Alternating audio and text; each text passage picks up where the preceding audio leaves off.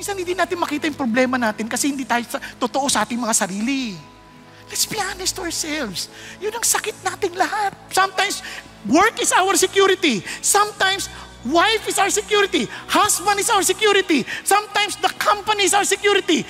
Hindi. God must be our security. Nakala mo yung trabaho mo nagpapakain sa'yo? Therefore, behold, I will hedge up her way with thorns. I will build a wall against her so that she cannot find her path. She will pursue her lovers, but she will not overtake them. Ako na mismo mag-iingat sa kanya. She will seek them, but will not find them. Then she will say, I will go back to my first husband, for it was better for me than now. Kaya naman minsan, you will end up in frustration. Lahat inabol ko na to. Lahat ng oras ko binigay ko na dito. Wala rin nangyari sa akin. Frustrated pa rin ako. Bakit? God is protecting us. God is telling us, hindi yan ang source of security mo kasi nawawala yan. Yung company mo, magsasara yan. Itong mga bahay na to, mawawala. But I am the one protecting you. For she does not know that it was I who gave her the grain, the new wine, and the oil, and lavished on her silver and gold, which they used for Baal.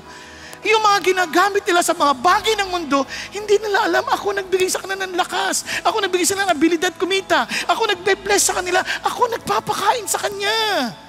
Nakalimutan nila yun. Saan galing ang talino natin? God is the source of wisdom. Hindi tayo.